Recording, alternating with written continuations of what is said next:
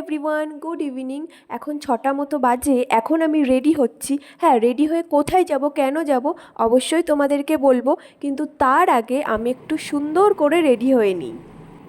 তো এখন 6:30 বাজে, সন্ধ্যা। এখন আমরা যাচ্ছি হাবড়াতে। কেন যাচ্ছি অবশ্যই তোমরা জানতে পারবে, তার জন্য ব্লগটা দেখতে থাকো। বাইকে যাবো, ওই জন্য চুলটা ভালো করে খোপা করে নিই। পুরোপুরিভাবে রেডি হওয়ার পর এখন আমার মনে পড়েছে যে আমি টিপটা পরিনি, তো এটা আমাকে এখন করতে হবে।